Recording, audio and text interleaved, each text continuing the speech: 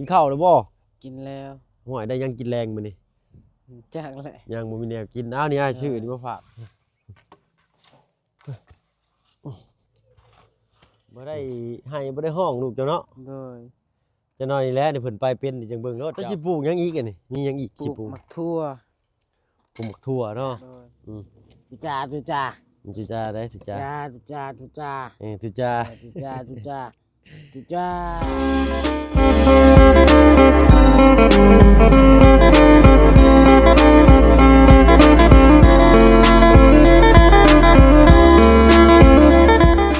ความสะอาดพี่น้อยเนาะมื้อนี้เอ้าพี่น้อยเนาะก่อนอื่นนะบ่เพิ่งกะ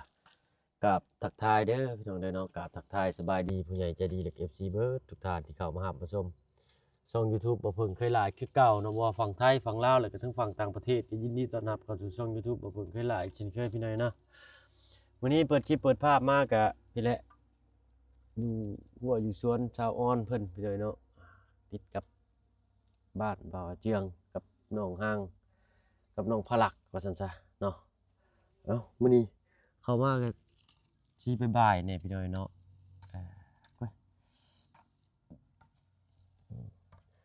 สายฉากกระขาด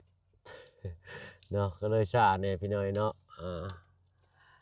เอามื้อนี้เขามาเอ็นมาเอ็นน้ำบ่าวเจียงเพิ่นอีกพี่น้อยเนาะนี่แหละถามเบิ่งงบประมาณในการสร้างสร้างบ้านเพิ่นแต่ถ้าบ่เพิ่นก็บ่มีดอกพี่น้อยเนาะงบสมทบบ้านเพิ่นเนาะบ่เป็นหยังเข้ามานี่แหละเป็นน้ำเอ็นน้ำน้องเพิ่นเนาะใช่ล่ะทางนั้นก็ได้มีเฮ็ดหัวทำความสะอาดผู้ลูกนั่งเบิ่งเนาะเพิ่นยังน้อย พี่น้อยเนาะมียังมาฝากเนาะเพิ่นมีแต่ชีสปิ้งชีสพอได้ปั้นแรงพอได้ยำป้อนลูกโอ้เนาะสบายดีล่ะโดยโอ้ยเนาะบ่ได้อยู่บ่ได้เศร้าเฮ็ดหัวเฮ็ดสวนเนาะหัวเพิ่นก็บ่ได้เฮ็ดสูงเนาะพี่น้อยเนาะเอาไม้นี่ตอกเอาเพราะว่าบ่มีแบ่บ่มีงัวเพราะว่าน้องเพิ่นอยู่นี่ตลอดเด้พี่น้องเนาะพูนทางนี้ฮัลโหลถือจ้าเป็นแล้วถือจ้าดูถือจ้าไว้กินกล้วยเอาคือเอากล้วยดิบไปลูกกินน่ะกินได้บ่เอาเคลือบลำไส้แต่น้อยแต่ละเอา เอาผู้บ่เจียงเพิ่นเนาะทำความสะอาดตูดอยู่แล้วก็ได้สบายดีน้องเด้อไปใช้มามื้อนี้คือเสื้อเปื้อนกันแท้โอ้ขึ้นมันที่บ่าวซ้อนเพิ่นไปก้นนั่นบ่เอาติดอะตึมก่อนจักบาทเนาะฮึบกินข้าวแล้วบ่กินแล้วห่วยได้ยังกินแรงมื้อนี้จักแหละยังบ่มีแนวกินอ้าวนี่อ้ายชื่อนี่มาฝากขอบใจเด้อโดยน้องพ่อได้ปั่นแรงจำเตียวคักนิโยเขาฮ้อนเนาะโดยมาบัดนี้คือว่าก็ไผไปใช้แล้วหั่นตัดหมดเลยตัดเบิดแล้วโดยไม้ได้ใช่ไหมไม่ใช่เบิดแล้วไม่กองไว้นั้นหมดเอาไว้เผาบ่โดยเจ้าคือบ่ตัดเอาไว้เฮ็ดอย่างอื่นเด้คือสิเผามันทิ่มไม้ไผ่นี่ก็งานมันหกแน่ก็เลยตัดเนาะอันใช้ประโยชน์ได้อยู่พี่น้อยเนาะเฮ็ดราวตากผ้าก็ได้เฮ็ดหยังก็ได้ไม้ไผ่นี่ทางผู้เมียเพิ่นก็เอามาอันเฮ็ดหัวน้อยเนาะบ่ให้บ่ห้องเนาะลูกเจ้าเนาะโดยเป็นคนหู้ซับข้าวได้พี่น้อยเนาะน้องพลักเพิ่นนี่โหอันเป็นเพก็เป็นถือกันตัวบนควันเพิ่นเลยเนาะโดย เอามาสิซอยกวาดอีกจักเล็กจักน้อยเนาะโดยพี่แหละสิพากันฮุบมาพี่น้อยเนาะปลาตัวเอาหยังเอาเครื่องตัดบ่นี่หรือใด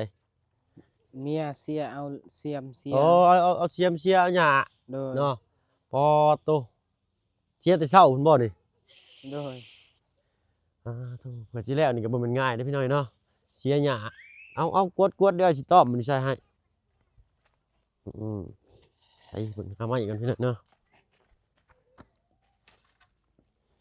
นี่แหละเนาะบ้านน้องอาเจืองคนขยันอยู่ไสก็บ่หกบ่เหือพี่น้อยเนาะโดยติแต่บ่มีแนวเฮ็ดละเฮ็ดนั่นเนาะเอารีบเสียกวดแล้วก็จูดบัดนี่ จูดใส่ต่อไฟพุ่นแหละเนาะอึ๊บ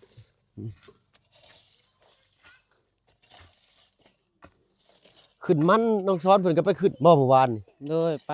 แล้วบ่น้องเจียงอัน โดยหากันแล้วมื้อนี้แหละ มื้อนี้แล้วบ่มื้อนี้ โดย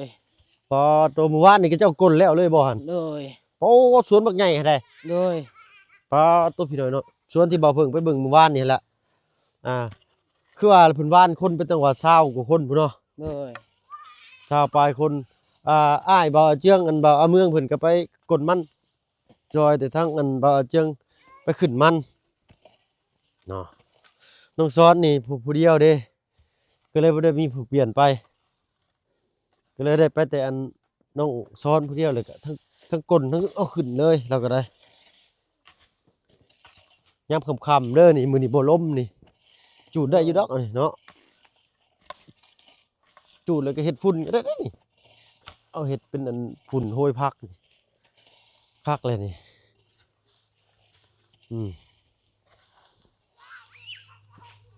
ตากไว้อีกจักหน่อยก็แห้งก็สุกก็จูดแล้วเลยโธ่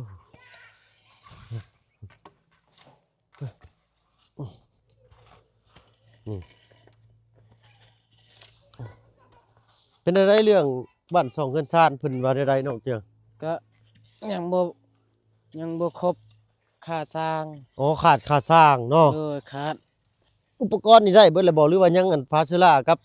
บานประตูหน้าต่าง โดยตัวนั้นก็ยังหมด สังกะสีก็ยัง โดย สังกะสี4x6พี่น้อยเนาะบ้านสิค่อนข้างยาว4เมตรนี่ก็ห้วยเฮ็ดห้องนี่ก็ได้ห้องหนึงเนาะขนาดห้องถ้าว่าเฮ็ดเป็นห้องน้อยห้อง2เมตรปลายนี่ก็สิเหลือทางย่างอีกเฮ็ดเป็นตัว L ก็ได้ โดย เนาะต้องเที่ยงกินข้าวเอายังเที่ยงนี่ กินลาบปลา ลาบปลา ได้ เขาไปส่งแห้งเพิ่นเลยเพิ่นเฮ็ดลาบปลาสู่กินบ่ โดย เนาะดีบ่ได้ให้บ่ได้ห้องลูกเจ้าเนาะ โดย จะน้อยนี่แหละนี่เพิ่นไปเป็นนี่จังเบิ่งรถเจ้า โดย สำเก็บปูใส่กระด้งแล้วไปอยู่หั่นแหละน้องอีเตอร์คือกันเนาะ โดย เอาเนาะมันก็เป็นอันพัฒนาการของเด็กน้อยนั่นแหละเนาะเด็กน้อยดื้อนี่ฉลาดได้พี่น้อยเนาะแต่ว่าดื้อก็ได้ถือหอมมานะเนาะคือบ่เฮ็ดหัวสูงเนาะเจือง ก็ คือว่าแล้วอยู่เฮือนตลอดมันก็บ่ค่อยสิมีหยังมากินเนาะ โดย พูนชวนอันชาวอ้อนเพิ่นเอาอันตะนางเล็กมาขังคักแท้เนาะ โดย เอ้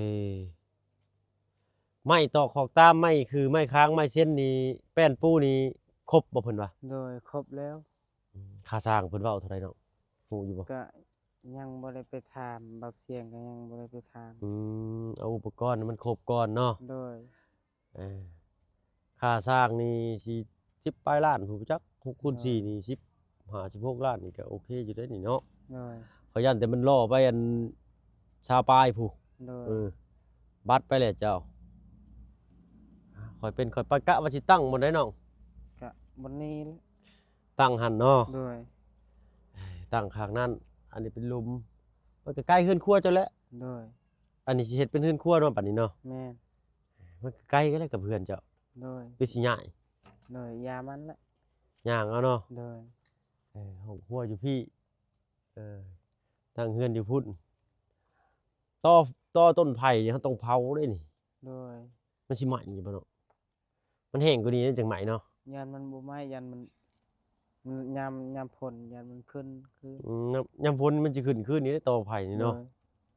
ย มีแต่และมันแห้งก็เผา โดย เป็นได้ไหม้ต่อของตามซอกๆเซาๆบ่ได้มีคนมาย่อเล่นบ่ โดยบ่ บ่เนาะ โดย เอาพี่น้อยเนาะเบิ่งมีไม้อย่างแหน่เขาก็สิเบิ่งไว้อัน โดย เป็นบทเรียนอีกเนี่ยพี่น้องเนาะเพื่อความรู้นะว่าง่ายซะเนาะเพราะว่าบ้านน้องต้นกล้านี่ทั้งว่าเพิ่นก็สิได้สั่งเฮ็ดได้นี่เนาะมื้อนี้ไปเบิ่งเสาให้น้องเพิ่นพี่น้อยเนาะเพอมันหลายมื้อแล้วแบบนั้นบ่มีเนาะถามเพิ่นมื้อก่อนเพิ่นว่ามันเฮ็ดยันมันบ่โอเคยันมันบ่งามอะนะยันมันบ่จบ โดย แต่มันบิดมันเอียงเลยก็เลยแบบเอาแบบที่เพิ่นเฮ็ดสำเร็จรูปมานะเอาไม้ถือไม้เส้นเนาะผู้ไม้อันนี้นี่ ไม่คือดิเนาะ โดย อันนี้ไม่เส้นเนาะนี่ ไม่ข้าง ไม่คือ อันนี้ไม่ค้าง ไม่คือนี่จักเส้นนี่3-4เส้นเนาะ โดย ไม่คือเส้นไม่ค้างนี่เท่าไรนี่หน้าเท่าไรก่อนเนี่ย หน้า 4x8 แม่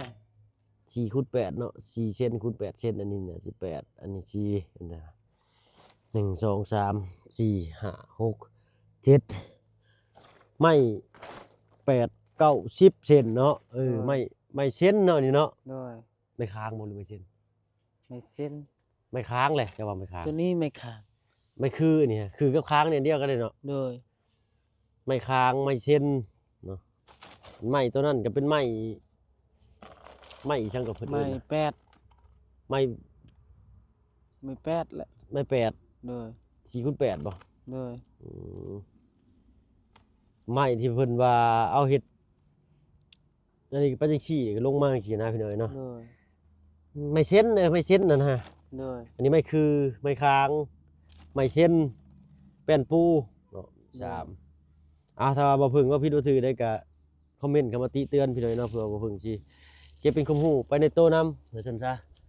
เนาะโอ้มื้อนี้อากาศร้อนเนาะ โดย อืมเนาะทางนั้นเพิ่นเฮ็ดหยังอะน่ะไปเบิ่งอยู่ห่าลูกเพิ่นนี่ก็ปะไว้อยู่ไสอยู่หั่นเลยนี่เนาะ โดย เนาะจะสิปลูกหยังอีกอันนี่มีหยังอีก ปลู สิ ก ปลูก มะทั่ว ปลูกหมักถั่วเนาะ โดย ต้องหาไม้มาซักสิได้เนาะ โดย ซักทั้งกั้นขางนั้นไว้เพราะว่าให้ ขึ้น มัน แล้ว ขึ้น มะทั่ว นี่บ่หมักถั่วเจ้านะ โดย อ๋อต้องไก่สิได้กินแหน่อันนี้เนาะ โดย เอากินบ่เบิดดื้อใดก็เก็บไปขาย โดย บ่จะขายก็แบ่งปันชาวบ้านเพิ่นเด้อน้องเด้อ โดย เนาะคือผู้ใหญ่ใจดีเพิ่นนี่แหละบี้แบ่งมาให้เจ้า ได้ เราก็ต้องบี้แบ่งต่ออีกเนาะถ้าว่าผู้ให้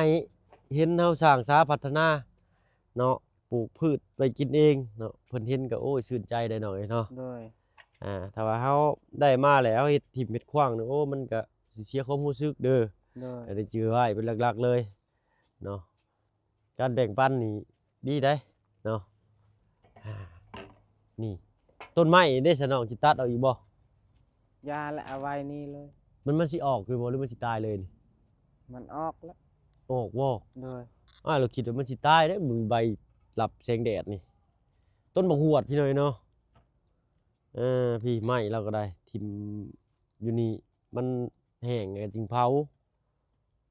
เนาะ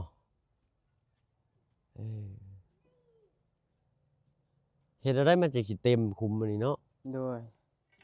เนาะก็ปะไว้นี่แหละเผื่ออยากมันมีน้ำมีหยังเผื่ออยากเลี้ยงปลาเนาะน้องเนาะ โดย เลี้ยงปลาได้อยู่ได้นี่เพราะว่าไปอันชิดเบ็ดก็ต้องช้อนน้องหันเห็นอยู่แถวนั้นแต่น้องหนึ่งเนาะน้องลูกบอมเนาะ โดย เรียกน้องลูกบอมเลยเนี่ยนี่ถือว่า1ติดกันเลย2นี่3 4ข้างในก็มีอีกปอตุตั้งแต่คนยังบ่เข้ามามันเลิกกว่านี้ได้นี่เนาะ โดย พอคนมาเฮ็ดมาสระมาเกียมันก็เลยตื่นขึ้นไปเลยเนาะเพิ่นสำรวจเบิดแล้วบ่น้องแถวนี้ โดยมัด เบิดแล้วเนาะ โดย ชาวบ้านก็อยู่กันบักหลายหนึงจักโมงจักยามแล้วพี่น้อยเนาะหุ่นเท่านั้นก็ได้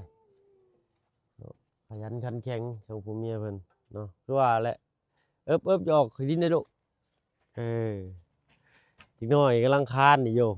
มักลิ้นแต่ได้ดินนี่เนาะอินเตอร์ก็ลิ้นแต่ทรายทิพย์มันสิบาทมือลูกใช้ถุจ้าเด้อถุจ้าจับมือลูกถุจ้าเด้อให้ช้อนให้เพิ่นได้เนาะ โด เจียง ย เลยถุจ้าเด้อลูกเด้ถุจ้าไว้ถุจ้าให้เนาะ ยา อืม ตุจ้าตุจ้า ถุจ้าได้ถุจ้า จ้าตุจ้าตุจ้า ถุจ้า ตุจ้าตุจ้าตุจ้า เออ ตุจ้าตุจ้าตาตา เออ ตาตา คิวแล้วคือ ถุจ้า พอแล้ว ถุจ้า จำอยู่เลยนะนี่ ตุจ้าตาตา คือคอยช้อนเอาก็ได้เล็กน้อยเนาะน้องอินเตอร์นี่โอ้ยที่แต่บ่บอกดอกจ้าแล้วแหละบางเทื่อก็จ้าก้มหัวลงก็มือบ่ยุก โดย แล้วดูได้น้องเขาไปไปดำปลานี่ โดยเป็นน้ำปลาว่ะ แม่นยามใดหั่นน่ะ ยำแรงเนี่ย ยามแรง โดย ประมาณเดือน4เดือน5อันบ่หนาวเนาะ แม่น น้ำกำลังนิ่งน้ำกำลังใสพี่น้อยเนาะไปดำอยู่ในห้วยนี่บ่ได้เซนนะ โดยมันเกิดกับดำนี่มันเกิดกับดำในบ้านเก่งยาง บ้านเกียงยาง โดย อยู่ใช้เกียงยางขึ้นไปทางชายแดนบ่ได้เนาะ โดย มันมีป่าหยังนี่น้องชุดลายนี่ มีปลาลายปลาแล้ว หลักๆที่ว่าได้บ่อยๆนี่คือป่าหยังเท่านี้ ปลามันมีหมวดยาว ป่ามีหนวด ๆโดย ปลาดุกบ่แม่น คือปลาดุกนั่นแหละแต่ คือ ว่า ปลาดุ สี ก ขาว สีขาวปลาขะแยง แม่น ตัวน้อยแม่นบ่ แม่นตัวน้อยก็มีตัวใหญ่ก็มี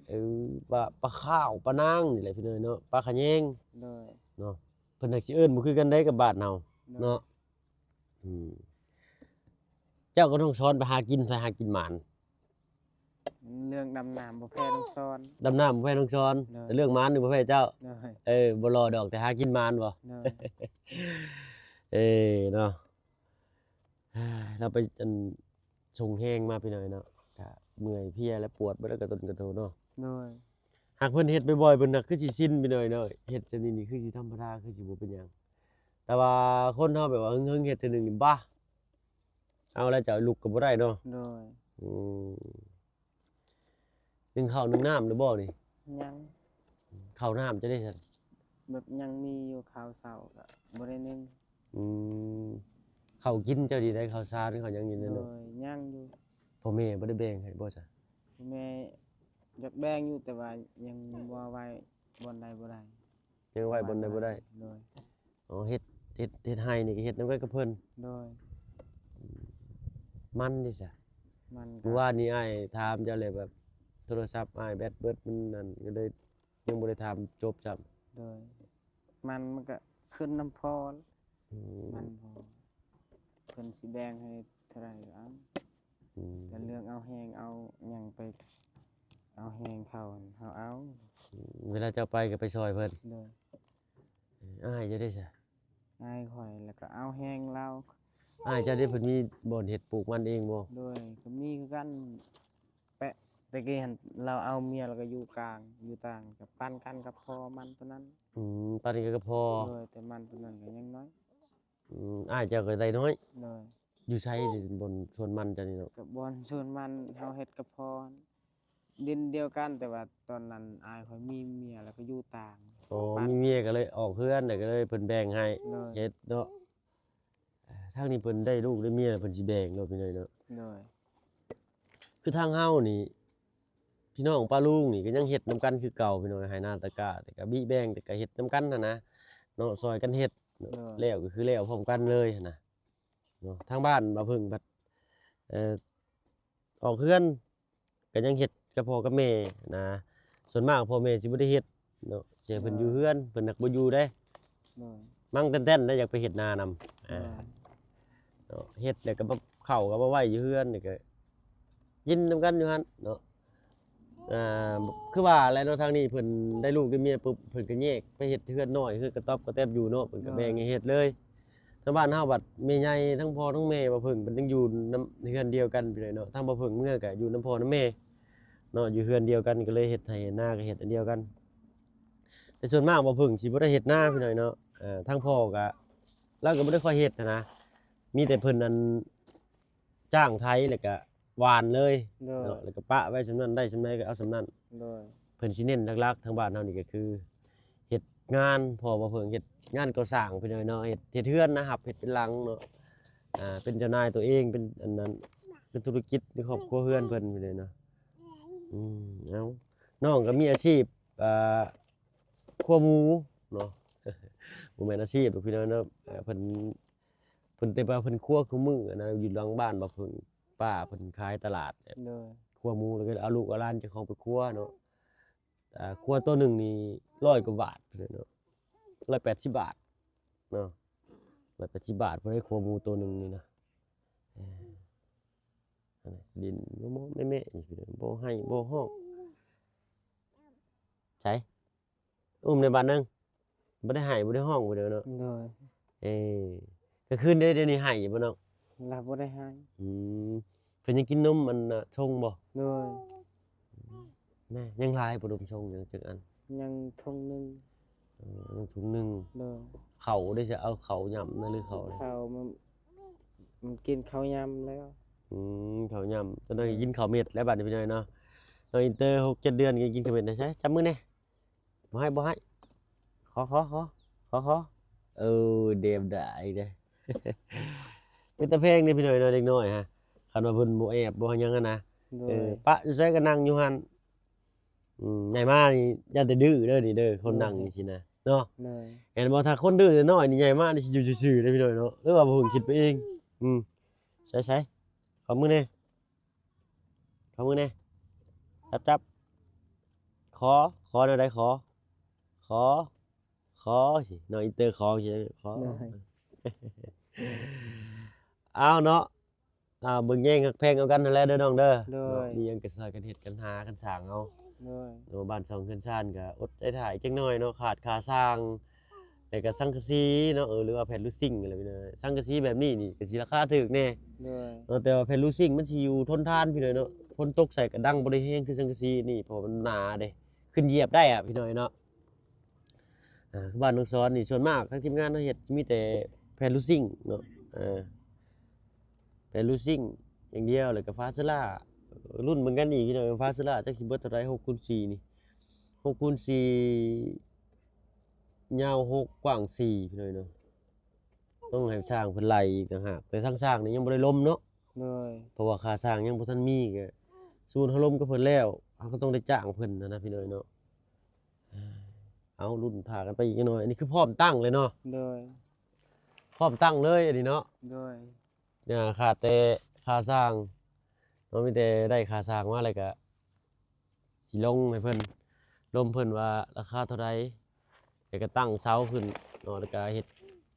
เช่นเฮ็ดตั้งโครงหางขึ้นเลยนะ เลย เนาะแผ่นสังกะสี